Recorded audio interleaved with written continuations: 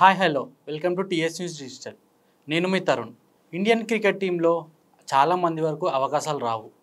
అయితే అందులో పర్టికులర్గా తెలుగు వారి కంటే అస్సలు అవకాశాలే రానట్టు చూస్తున్నాం మనం. తెలుగు వాళ్ళు కూడా ఇద్దరు ముగ్గురు ఆడుతూ ఉంటారు అప్పుడప్పుడు, అది కూడా. అండ్ క్రికెట్ టీంలో కూడా పాలిటిక్స్ ఉంటాయా? సో అవన్నీ ఇంట్రెస్టింగ్ విశేషాలని మనం తెలుసుకుందాం. సో మన ముందున్నారు senior sports analyst and BCCI commentator Chandrashekhar గారు. సార్ నమస్కారం. నమస్తే తరుణ్. హాయ్ సార్, ఎలా ఉన్నారు సార్? ఫైన్ మా, how are you? Fine sir, fine sir, బాగున్నాను సార్. సార్, ఇండియన్ క్రికెట్ టీంలో చాలామంది వరకు అవకాశాలు రావు. అందులో తెలుగు వాళ్ళకంటే అస్సలు ఇంకా చాలా హీనంగా చూస్తారు తెలుగు వాళ్ళని కూడా. ఇండియన్ క్రికెట్ టీంలో కూడా అక్కడక్కడ చూసాం ఇద్దరు ముగ్గురిని. సో ఇండియన్ టీంలో తెలుగు వాళ్ళు ఎందుకు రాణించట్లేదు? అలాగే నార్త్ గుజరాత్ నుంచి చాలామంది వస్తున్నారు, తెలుగు వాళ్ళు ఎందుకు రాణించట్లేదు? తెలుగు వాళ్ళు రాణించట్లేదు అనేటువంటిది కాదు, లేకపోతే తెలుగు వాళ్ళని ఏదో తక్కువ చేసి చూస్తారు అనేటువంటిది కాదు. సంభవ్ యాక్చువల్గా ఆ రకమైనటువంటి ఒపీనియన్ తప్పనుకుంటున్నాను నేను తరుణ్. కాకపోతే ఒక్కటి, yes I understand your feeling. ఏంటి అంటే సిరాజ్, ఆ తర్వాత మన తిలక్ వర్మ వీళ్ళని మినహాయిస్తే కనుక, అంటే ఈవెన్ తిలక్ వర్మ కూడా లాంగర్ ఫార్మేట్, అంటే జనరల్గా ఏ క్రికెటర్కైనా కానీ టెస్ట్ మ్యాచ్ ఆడాలనేటువంటి ఒక డ్రీమ్ ఉంటుంది. అవును సార్. సో కాబట్టి ఆ లాంగర్ వెర్షన్ గేమ్కి ఇంకా తిలక్ వర్మ చాలా దూరంలో ఉన్నాడు సెలెక్ట్ అవ్వాలి అంటే కనుక. సో వీటిని దృష్టిలో పెట్టుకొని బహుశా తరుణ్కి ఆ రకమైనటువంటి ఫీలింగ్ కలిగిందేమో. కాకపోతే ఓవరాల్గా హైదరాబాద్ నుంచి ఇండియన్ టీంకి చాలా మంది రిప్రజెంట్ చేశారు. You take right from Ghulam Mohammad కావచ్చు, లేకపోతే ఎంఎల్ జయసింహ, ఈవెన్ మహమ్మద్ అజరుద్దీన్, అలాగే వెంకటపతి రాజు, శివలాల్ యాదవ్, మన వివిఎస్ లక్ష్మణ్, అర్షద్ అయ్యూబ్. సో కాబట్టి అంటే ఈవెన్ ప్రజ్ఞాన్ వచ్చా. కాబట్టి మనం పేర్లు చెప్పుకుంటూ వెళ్తే కనుక there are a number of players Hyderabad నుంచి ఇండియాకి ఆడినటువంటి వాళ్ళు. ఈవెన్ సర్ప్రైజింగ్లీ ఒక టైంలో అయితే కనుక ప్లేయింగ్ 11లో ఖచ్చితంగా హైదరాబాద్ ప్లేయర్లు 4-5 ఉండేవాళ్ళు. You take Venkatapathy Raju, Shivlal Yadav, VVS Laxman, Mohammad Azharuddin, Arshad Ayub. So కాబట్టి ఇలాగా ఒకేసారి 5 అట్లా ఉండేటువంటి డామినెన్స్ ఉండేటువంటిది హైదరాబాద్ది. కాకపోతే ఇప్పుడు ఎందుకు ఉండట్లేదు అంటే, సహజంగానే ఇండియన్ టీంకి అనేటప్పటికీ సెలెక్టర్లు ఎట్లా చూస్తారు, మన ప్రైమ్ టోర్నమెంట్ ఏంటి, రంజీ ట్రోఫీ. బీసీసీ అనేటప్పటికీ రంజీ ట్రోఫీ, లేదా సయ్యద్ ముస్తక్ అలీ T20 ఫార్మాట్లో చూస్తే కనుక, లేకపోతే 50 ఓవర్ ఫార్మాట్ కనుక చూసేట్లయితే సుబై పిల్లే. సో ఈ రకమైనటువంటి మేజర్ టోర్నమెంట్స్లో హైదరాబాద్ సరిగా పెర్ఫార్మెన్స్ చేయలేకపోవడం అనేటువంటిది ఇంకా అన్ఫార్చునేట్లీ. లాస్ట్ ఇయర్ అయితే మనం ప్లేట్ గ్రూప్లో ఉన్నాం. ప్లేట్ నుంచి అఫ్కోర్స్ ఇప్పుడు మళ్ళీ ఎలైట్కి వచ్చాం మనం. సో నువ్వు ప్లేట్ గ్రూప్లో ఎన్ని సెంచరీలు చేసినా కానీ అది పెద్ద కన్సిడరేషన్లోకి రాదు. అదే ఎలైట్ గ్రూప్లో ఉండి ఒక మంచి సెంచరీ చేయటమో, లేకపోతే ఒక 5 వికెట్ హాల్ ఇవి కనుక తీసుకున్నట్లయితే న్యాచురల్గానే రికనింగ్లోకి వచ్చేస్తాం. ఈవెన్ మీడియాలో కూడా, అంటే పేపర్లో కూడా అది హైలైట్ చేస్తారు, నేషనల్ మీడియాలో కూడా. సో ఆటోమేటిక్గా ఎప్పుడైతే నేషనల్ పేపర్స్ అవి వాటి గురించి బాగా రాస్తూ ఉంటారో, సెలెక్టర్లు కూడా దాని ఆ ప్లేయర్ మీద ఒక ప్రత్యేకమైనటువంటి చూపును చూస్తూ ఉంటారు. ఒక అబ్జర్వేషన్లో పెట్టి ఎస్ కన్సిస్టెంట్గా ఉన్నాడు కాబట్టి ఇతనికి ఇన్వెస్ట్మెంట్ చేయాలి, ఇతని మీద ఇండియన్ టీంకి ఫ్యూచర్లో పనికొస్తాడు అనేటువంటి ఒక అంచనాకు వస్తారు. అది జరగకపోవడం, అంటే ఒక ఉదాహరణగా చెప్పాలి అంటే కనుక హైదరాబాద్లోనే సపోజ్ 3 డే లీగ్ ఉంది, 2 డే లీగ్ ఉంది, 1 డే లీగ్ ఉంది. సో 3 డే లీగ్స్లో సెంచరీ చేసినటువంటి ఆటగాడికి తొందరగా రంజీ ట్రోఫీలో ప్లేస్ దొరుకుతుంది. అదే 2 డేలోనూ 1 డేలోనూ చేస్తే కనుక అంత రాదు. ఇంకా మరి అన్లెస్ చాలా ఎక్స్ట్రాడినరీ పెర్ఫార్మెన్స్ వరుస పెట్టి సెంచరీలు చేయటం ఇది కనుక చేసేట్లయితేనే. సో ఈ కారణాల వల్ల హైదరాబాద్ కొంచెం వెనకబడి ఉంది సెలక్షన్స్లో. ఓకే సార్, నేను క్వశ్చన్ అడగడానికి కారణం ఏంటంటే లాస్ట్ 2 ఇయర్స్ నుంచి మన తెలుగు వాళ్ళు పేర్లు ఎక్కువ వినిపించట్లేదు. ఇంకోటి ఏంటంటే సిరాజ్ కూడా మొన్న నుంచే బాగా పర్ఫామ్ చేస్తున్నాడు. కోహ్లీ మోటివేషన్ ఇవ్వడం వల్ల డిఫెన్స్ స్వింగ్గా వికెట్స్ తీస్తున్నాడు. ఇంకా తిలక్ వర్మ అంటే ఈ మధ్యకాలంలో ఐపీఎల్లో ఎక్కువ స్కోర్ చేస్తున్నాడు. అందువల్ల ఇండియన్ క్రికెట్ టీంలో కూడా ఎక్కువ స్కోర్ చేస్తున్నారని మన తెలుగు వాళ్ళు భావిస్తున్నారు. ఎందుకు తిలక్ వర్మని తీసుకోలేదు? ఇక ఐపీఎల్లో ప్రతి మ్యాచ్లో 50+ స్కోర్ చేస్తున్నారు కదా. తిలక్ వర్మ విషయానికి వచ్చేటప్పటికి సిరాజ్ ఎనీవే 15లోనే ఉన్నాడు. వరల్డ్ కప్ నిన్న అనౌన్స్ చేశారు, వరల్డ్ కప్ స్క్వాడ్లో 15లో ఉన్నాడు. తిలక్ వర్మ విషయానికి వచ్చేటప్పటికి తిలక్ వర్మ కన్సిస్టెన్సీ లేదు. తిలక్ వర్మ మనవాడు. ఈవెన్ యాక్చువల్గా తిలక్ తోటి నాకు చాలా క్లోజ్ ఇది ఉంది. తిలక్ యాక్చువల్గా తిలక్ బ్యాట్ పట్టుకున్నప్పటి నుంచి కూడా నేను ఎంపైరింగ్ కూడా చేశాను. యా. సో అందుకని తిలక్ ఇండివిజువల్గా టాలెంటెడ్ ప్లేయర్, పైగా ఎటువంటి ఇది లేకుండా, వెనకాల బ్యాక్గ్రౌండ్ అది లేకుండా ఓన్గా కష్టపడి పైకి వచ్చి ఇండియన్ టీంకి ఆడేటువంటి స్టేజ్కి వచ్చాడు. కాకపోతే ఈ ఐపీఎల్ విషయానికి వచ్చేటప్పటికి తిలక్లో ఉన్నటువంటి బ్యాడ్ లక్ ఏంటంటే కేవలం 2 అతనిది 50+ స్కోర్స్ ఉన్నాయి. ఆ తర్వాత 30s అవి కొట్టేట్లయితే సహజంగానే ఇంత కాంపిటీషన్ ఉన్నటువంటి టైంలో ఒక 30 రన్స్ నేను 35 రన్స్ చేసేస్తాను సరిపోతుంది అనేటువంటిది కుదరదు. ఆ 30s అంటే ఆ స్టార్టింగ్ ఏదైతే దొరుకుతుందో దాన్ని పెద్ద స్కోర్గా మలచగలగాలి. అక్కడ తిలక్ విఫలమవుతున్నాడు. ఈవెన్ సపోజ్ మొన్న రీసెంట్ గా అయినటువంటి ఢిల్లీ క్యాపిటల్స్ మ్యాచ్ నే తీసుకుందాం. 257 రన్స్ అంటే 258 టార్గెట్ తోటి చేస్తున్నటువంటి టైంలో తిలక్ ఒకవైపు అటు ఇతనితో కలిసి టిమ్ డేవిడ్ తోటి కలిసి మంచి భాగస్వామ్యాన్ని నెలకొల్పాడు 70+. ఆ తర్వాత కెప్టెన్ హార్దిక్ పాండ్యా తోటి 70+ టార్గెట్ ని పార్ట్నర్షిప్ ని బిల్డ్ చేశాడు. ఎప్పుడైతే లాస్ట్ ఓవర్ 25 రన్స్ కావాల్సి వచ్చిందో అప్పుడు అఫ్ కోర్స్ రన్అట్ అనేటువంటిది మన చేతిలో ఉండదు. That's true, I agree, it's most unfortunate. కానీ ఆ రన్అట్ కాకుండా అంటే బాల్ ఎక్కడ దాకా వెళ్ళింది, ఆ త్రో స్పీడ్నెస్ ఎంత ఉంటుంది, ఏ ఫీల్డర్ యొక్క షోల్డర్ ఎంత బలంగా ఉంది, వీటన్నిటిని కూడా బీయింగ్ ఏ ప్లేయర్ నువ్వు క్యాలిక్యులేట్ చేసుకోగలగాలి. So is there a second run or not అనేటువంటిది క్యాలిక్యులేట్ చేసుకొని మ్యాచ్ని కనుక గెలిపించుంటే ఆ ఒక్క ఇన్నింగ్స్కి చాలు తిలక్ వర్మకి యాక్చువల్గా అట్లీస్ట్ స్టాండ్ బైస్ ఏవైతే ఉన్నాయో 4 పేర్లు అంటే శుభ్మన్ గిల్ ఆ వాటిలో అయినా వచ్చి ఉండేటువంటిది. సో అక్కడ పొరపాటు జరిగింది తిలక్ వర్మది. అట్లానే తిలక్ వర్మ డోర్స్ క్లోజ్ అయిపోయిన ఏం లేదు, still he has a bright future. చాలా ఇయర్స్ ఉంది because is after all 23 years old young. కాబట్టి కాకపోతే ఎస్ అంటే సహజంగానే తిలక్ వర్మ గ్యారంటీగా వరల్డ్ కప్లో ఉంటాడు అని చెప్పేసి అనుకున్నాను. ఎందుకంటే 22 వరల్డ్ కప్ అప్పుడే యాక్చువల్గా తిలక్ వర్మ పేరు డిస్కషన్లోకి వచ్చింది. సో 22 అయిపోయింది, అప్పటి నుంచి రాణిస్తూ ఉన్నాడు కాబట్టి డెఫినెట్గానే 24 వరల్డ్ కప్లో ఉంటాడు అనుకున్నట్లయితే అది లేకపోవడం కొంచెం ఇదైంది. దానికి కారణం రీసెంట్ ఫామ్. అంటే తిలక్ నేర్చుకోవాల్సింది ఏంటి అంటే సహజంగానే మ్యాచ్ ఫినిష్ చేయడం అనేటువంటిది. అందుకే గవాస్కర్ కూడా తన కామెంట్స్లో చాలా చెప్తూ ఉంటాడు, నువ్వు 150 కొట్టు 200 కొట్టు అది మేము చూడం, మ్యాచ్ని గెలిపించావా లేదా. ఇప్పుడు ఆస్ట్రేలియా తోటి హైదరాబాద్లో జరిగినటువంటి మ్యాచ్ నువ్వు కనుక గుర్తు చేసుకున్నట్లయితే 300+ స్కోర్ని చేస్తూ మనం ఇంకా ఇండియాకి 23 రన్స్ కావాలనేటువంటి టైంలో సచిన్ టెండూల్కర్ అవుట్ అయిపోయాడు, భారీ స్కోరు 180 స్కోర్ కొట్టాడు. కానీ ఏముంది, ఆ తర్వాత మళ్ళీ మనం ఒక 4 రన్ల తేడాతో ఓడిపోయాం. సో కాబట్టి పబ్లిక్కి ఏం గుర్తుంటుంది, మ్యాచ్ని గెలిపించాడా లేదా. అంటే సచిన్ టెండూల్కర్ లాంటి వాడు కూడా లాస్ట్లో ఫెయిల్ అయిపోయి ఒకవేళ కనుక అతను అవుట్ అయిపోయేట్లయితే చివరిదాకా ఉండకుండా దాన్నే గుర్తుపెట్టుకుంటాం. సో ఇక్కడ తిలక్ విషయంలో అది జరుగుతుంది. నువ్వు ఎంత టాలెంటెడ్ అన్నా కానీ కాక బట్ నిజంగానే మ్యాచ్కి విజయాన్ని అందిస్తున్నావా లేదా టీంకి అనేటువంటిది. ఇప్పుడు సంజు శాంసన్ సెలక్షన్ ఎందుకు అయింది వరల్డ్ కప్ దాంట్లో, చివరిదాకా ఉండి మ్యాచ్ని గెలిపిస్తూ ఉన్నాడు. ఆనే ట్రిక్కీ వికెట్, ఏదో బ్యాటింగ్ ఫ్రెండ్లీ వికెట్ మీద ఆడేశాడు బం బం బం బాధేశాడు అనేటువంటిది కాదు, ఆనే ట్రిక్కీ వికెట్. ఎక్కడైతే కనుక జోస్ బట్లర్ లాంటి టాలెంటెడ్ బ్యాట్స్మెన్ కూడా ఫెయిల్ అయ్యాడో, ఎక్కడైతే జైస్వాల్ లాంటి ఆటగాడు ఫెయిల్ అయ్యాడో, రియాన్ పరాగ్ లాంటి ఆటగాడు ఫెయిల్ అయ్యాడో అక్కడ చివరిదాకా ఉండి మ్యాచ్ని గెలిపిస్తున్నాడు. కాబట్టి సంజు శాంసన్ని సెలెక్టర్లు ఒక చూపు చూశారు, యాక్చువల్గా ఆకట్టుకున్నాడు సెలెక్టర్లని, టీంలోకి వచ్చాడు, 15 స్క్వాడ్లోకి ఉన్నాడు. So if you compare that ఆ డిఫరెన్స్ అనేటువంటిది, కేఎల్ రాహుల్ టాలెంటెడ్ కాదా, కేఎల్ రాహుల్ ఎందుకని స్క్వాడ్లో లేకపోయాడు, కేఎల్ రాహుల్ లాస్ట్ ఇయర్ దాకా ఉన్నటువంటి ఆ ఫినిషింగ్ టచ్ ఏదైతే ఉందో అది ఇవ్వలేకపోతున్నాడు ఇప్పుడు. ఈవెన్ నిన్నటి మ్యాచ్లో కూడా ఆఫ్టర్ ఆల్ 145 రన్స్ ముంబై మీద టార్గెట్, ఆ 45 రన్స్ కొట్టేటప్పుడు నువ్వేదో 29 రన్స్ కొట్టేసి నేను వెళ్ళిపోయాను ఇంకా తర్వాత స్టైనిస్ చూసుకుంటాడంటే కాదు కదా. బీయింగ్ ఏ క్యాప్టెన్ నువ్వు ఉండాలి. సో కాబట్టి గెలిపించాలి. సో అది కొరవడినప్పుడు అందుకే కేఎల్ రాహుల్ కూడా 15లో చోటు లేకుండా పోయింది. సో ఇవి రీజన్స్. ఇండియన్ క్రికెట్ టీంలో ఆడాలంటే స్పెషల్గా టాలెంట్ ఏమైనా ఉండాలా, లేకపోతే ఎవరైనా ఆడొచ్చా సార్? టాలెంట్ ఈజ్ ఇంపార్టెంట్ కదా. ఎవరైనా అంటే అందరికీ ఆడాలని ఉంటుంది, బ్యాట్ పట్టుకునేటువంటి అందరికీ. నేను కూడా కాలేజ్కి ఆడాను, కాలేజ్కి ఆడినప్పుడు అప్పుడు నేను ఇండియాకి ఆడేస్తానని చెప్పేసి అనుకున్నాను. సో కాబట్టి there should be extra talent, అదొక సపరేట్. అంటే మెయిన్ టాలెంట్తో పాటు కన్సిస్టెన్సీ అనేటువంటిది ఉండాలి. నిలకడగా స్కోర్లు చేస్తూ ఉన్నప్పుడు మాత్రమే ఎప్పుడైనా కానీ నేషనల్ స్క్వాడ్కి రాగలిగినాడు. ఎందుకంటే 140 కోట్ల మంది జనాల్లో నువ్వు ఒక 20 మందిలో ఒకటిగా ఉండాలి అంటే కనుక జస్ట్ ఇమాజిన్ ఎంత ఎక్స్ట్రా టాలెంట్ ఉండాలి. సో అది కంపల్సరీ, ఎవరైనా ఆడచ్చు, కానీ టాలెంట్ అనేటువంటిది అంటే అది కూడా కన్సిస్టెన్సీ అనేటువంటిది ఇస్ మోర్ ఇంపార్టెంట్. సార్ ఇంకోటి ఏంటంటే ప్రతి చోట రాజకీయాలు ఉంటాయి, అలాగే ఇండియన్ క్రికెట్ టీంలో కూడా చాలా రాజకీయాలు ఉంటాయని ప్రజలు అనుకుంటుంటారు.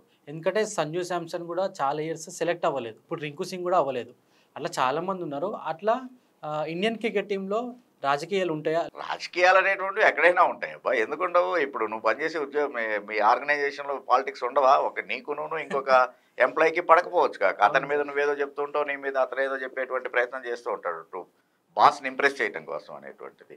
సో కాబట్టి అంటే ఒక 15-20 మంది పనిచేసేటువంటి ఆర్గనైజేషన్లోని అన్ని పాలిటిక్స్ అన్ని రకాలైనటువంటి ఎత్తులు పై ఎత్తులు ఉన్నప్పుడు ఇండియన్ టీంలో ఎందుకు ఉండవు?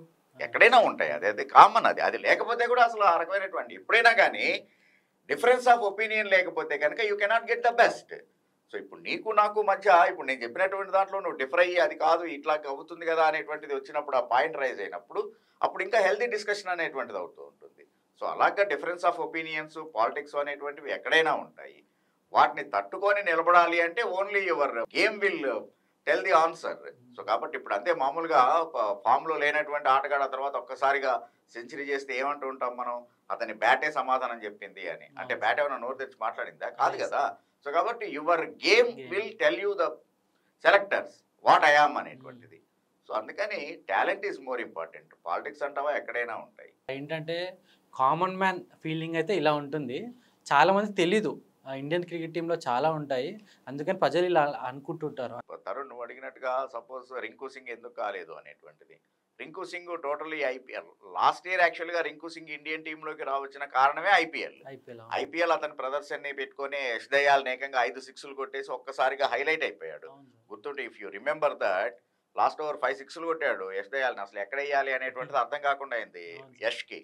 కాబట్టి ఆ పెర్ఫార్మెన్స్ని బేస్ చేసుకొని ఇండియన్ టీంలోకి వచ్చాడు. Same to same Tilak Varma కూడా లాస్ట్ ఐపీఎల్ పెర్ఫార్మెన్స్ బేస్ చేసుకునే వచ్చాడు. సో ఈ ఏడాది రింకు సింగ్ని ఎందుకు చేయలేదు, మిగిలినటువంటి ప్రపంచం అంతా కొనియాడుతూ ఉన్నప్పుడు రింకుని ఎందుకు తీసుకోలేదు అంటే, రింకు సింగ్ ఈ సీజన్లో చేసినటువంటిది ఓన్లీ 89 రన్స్.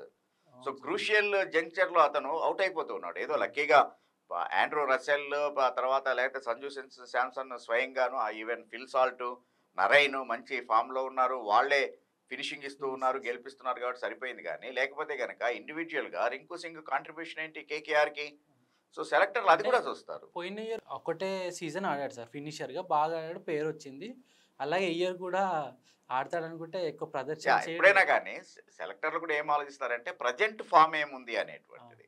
ఇప్పుడు అన్లెస్ ఇప్పుడు టెండూల్కర్ కూడా ఒకప్పుడు బ్యాట్ ప్యాచ్ని ఫేస్ చేశాడు, 2 ఇయర్స్ కంటిన్యూగా రన్సే కొట్టలేదు. ఈవెన్ మన విరాట్ కోహ్లీ కూడా 4 ఏళ్ళు అయితే అసలు సెంచరీ చేయలేదు, బట్ అయినా టీంలో ఉన్నాడు. Even Rahul Dravid for that matter. ఎటువంటి వాళ్ళకైనా గంగూలీ కూడా ఫామ్ కోల్పోతే తిరిగి మళ్ళా ఇంగ్లాండ్ వెళ్ళి కౌంటీ మ్యాచ్లు ఆడి అక్కడ ప్రాక్టీస్ చేసి ఫామ్ తెచ్చుకొని మళ్ళీ ఇండియన్ టీంకి వచ్చాడు.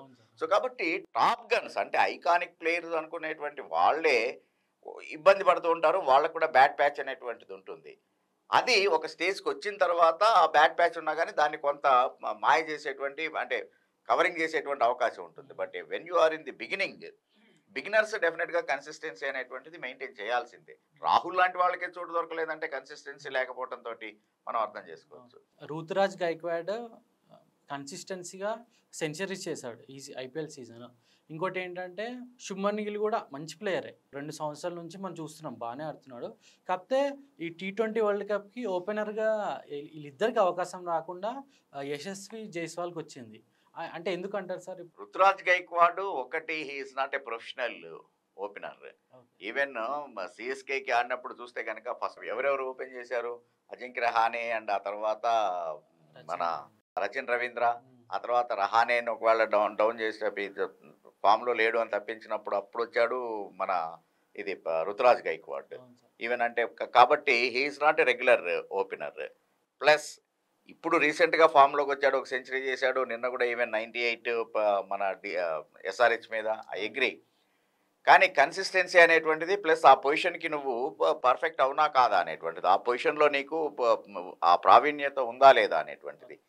గ్యారీ కిస్టన్ చెప్పినటువంటిది ఏంటంటే ఒక్కొక్క ప్లేస్కి ఒక్కొక్క ప్రొఫెషనల్ ఉంటాడు, ఆ ప్లేస్లో అతన్నే ఆడించాలి అనేటువంటిది గ్యారీ కిస్టన్ ఫార్ములా. అందుకనే గ్యారీ కిస్టన్ ఇండియన్ కోచ్గా ఉన్నప్పుడు మనం సక్సెస్ అయ్యాం. Okay sir. సో కాబట్టి అది ఉంటుంది. అందుకని రుతురాజ్ గైక్వాడ్ని ఇప్పుడే కన్సిడరేషన్లోకి తీసుకునేటువంటి అవకాశం లేకపోయింది. Shubman Gill as red ball ఎంత పర్ఫెక్ట్గా ఆడుతున్నాడో వైట్ బాల్ దగ్గరికి వచ్చేటప్పటికి ఆ ట్రాన్స్ఫార్మేషన్ అనేటువంటిది శుభ్మన్ గిల్లో లోపిస్తూ ఉంది.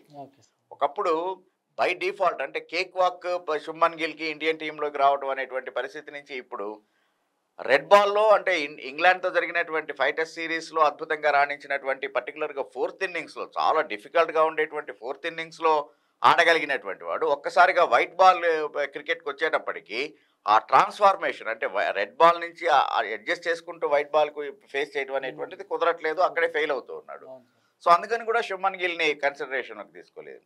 ఇంకా యశస్వి జైస్వాల్ని ఎట్లా తీసుకున్నారు అనేటువంటి క్వశ్చన్ కనుక చూసినట్లయితే ఒకటి ఎప్పుడైనా లెఫ్ట్ టు రైట్ కాంబినేషన్కి ఎవరైనా ప్రిఫరెన్స్ ఇస్తారు. ఇప్పుడు రోహిత్ శర్మ అండ్ ఇషాన్ కిషన్ సక్సెస్ఫుల్ ముంబై ఇండియన్స్కి, ఇషాన్ కిషన్ ఫామ్లో లేకపోయినా కానీ అతన్నే ఎందుకు కొనసాగిస్తూ ఉంటారు అంటే సహజంగానే లెఫ్ట్ రైట్ కాంబినేషన్ అనేటువంటిది బౌలర్లని అట్లాగనే ఫీల్డింగ్ సైడ్ క్యాప్టెన్ని చాలా చికాకు తెప్పిస్తూ ఉంటుంది. అవును సార్. ఒక సింగిల్ తీసాడు అనుకో రైట్ హ్యాండర్, మళ్ళా తర్వాత లెఫ్ట్ హ్యాండ్ ఆటోమేటిక్ గా బౌలర్ తన యొక్క లైన్ ని లెంత్ ని అడ్జస్ట్ చేసుకోవాల్సినటువంటి పరిస్థితి.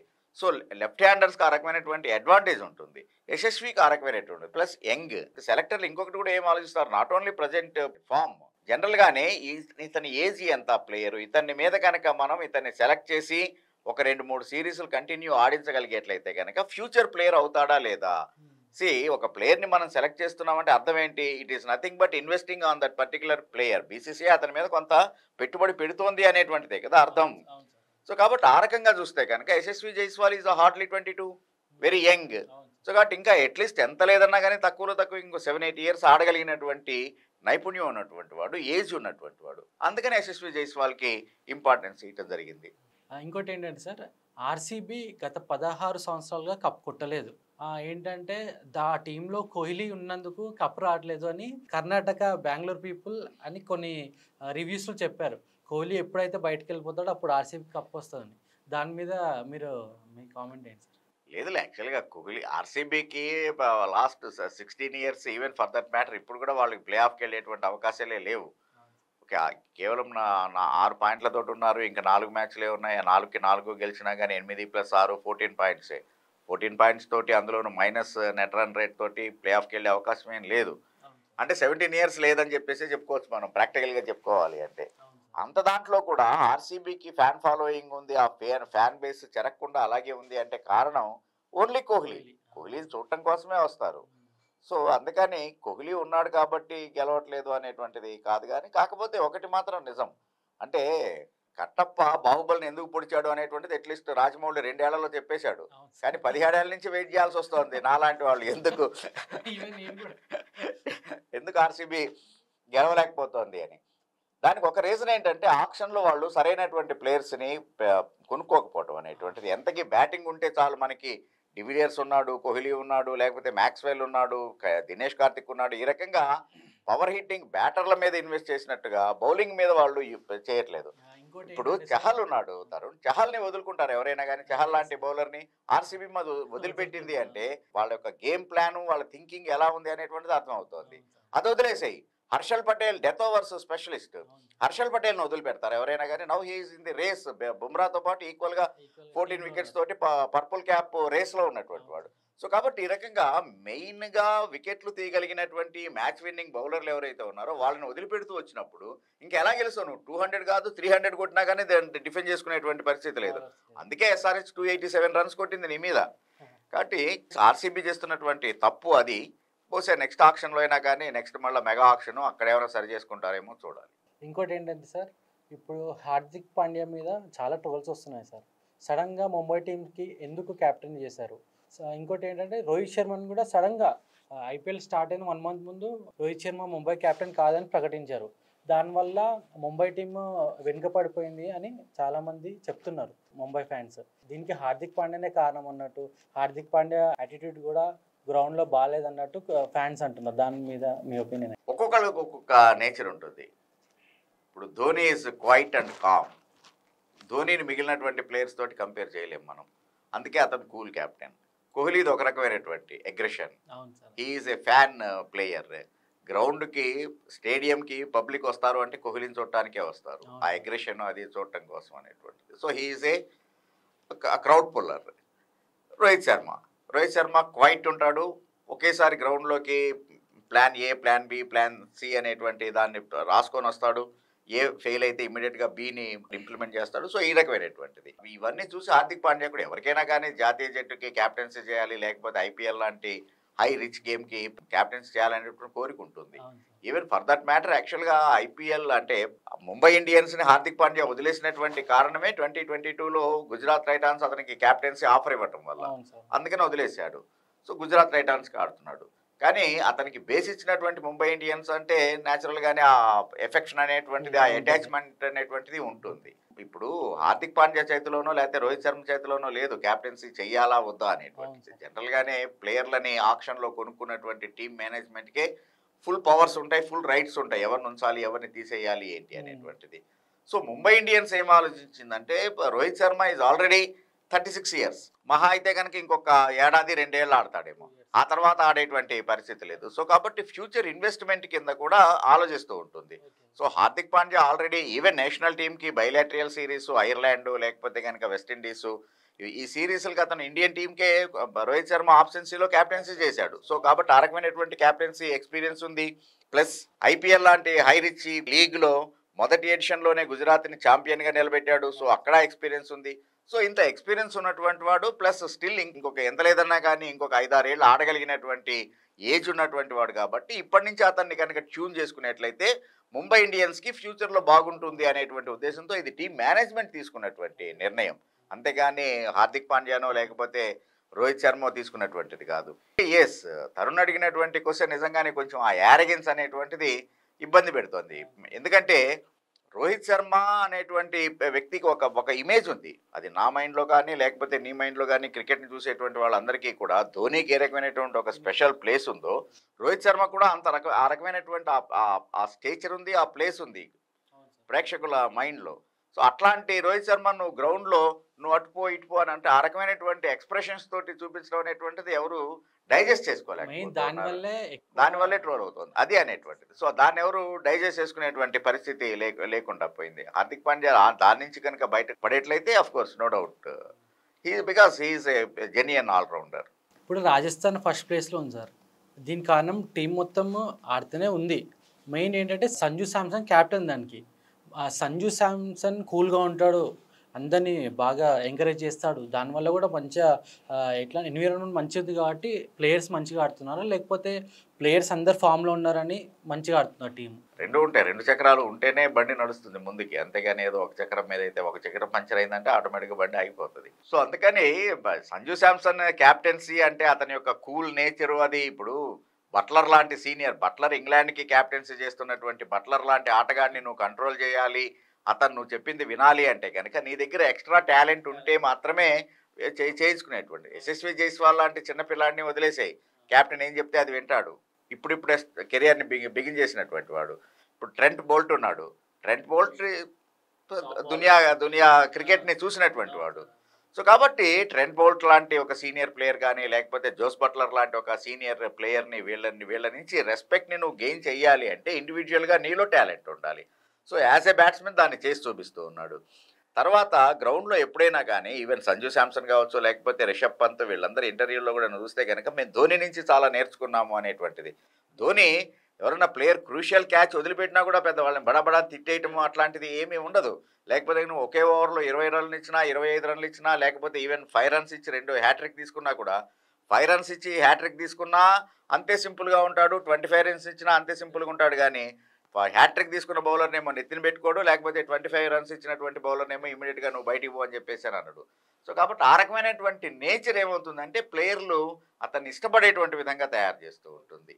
అది సంజు శాంసన్లో ఆ రకమైనటువంటి క్వాలిటీ ఉంది కాబట్టి మిగిలినటువంటి ప్లేయర్లు కూడా అతను చెప్పినటువంటి మాటని అంటే ఏ ప్లాన్ అయితే చెప్పాడో ఓకే బట్లర్ నువ్వు ఈ ఫస్ట్ 6 ఓవర్స్ నిదానించి ఆడు, ఆ తర్వాత అటాకింగ్కి వెళ్ళు, ఈలోపు జైస్వాల్ అటాకింగ్ ఆడతాడు, సో ఒక ఎండ్ వికెట్ను వాపు, ఈ రకమైనటువంటి సపోజ్ యాక్షన్ ప్లాన్ ముందు అనుకున్నారు అనుకుందాం. దాన్ని కరెక్ట్గా ఎగ్జిక్యూట్ చేయడానికి కారణం ఏంటంటే నీ క్యాప్టెన్ మీద నీకు గౌరవం ఉంది కాబట్టి. సో అందుకని ఆర్ఆర్ సక్సెస్ అవుతోంది.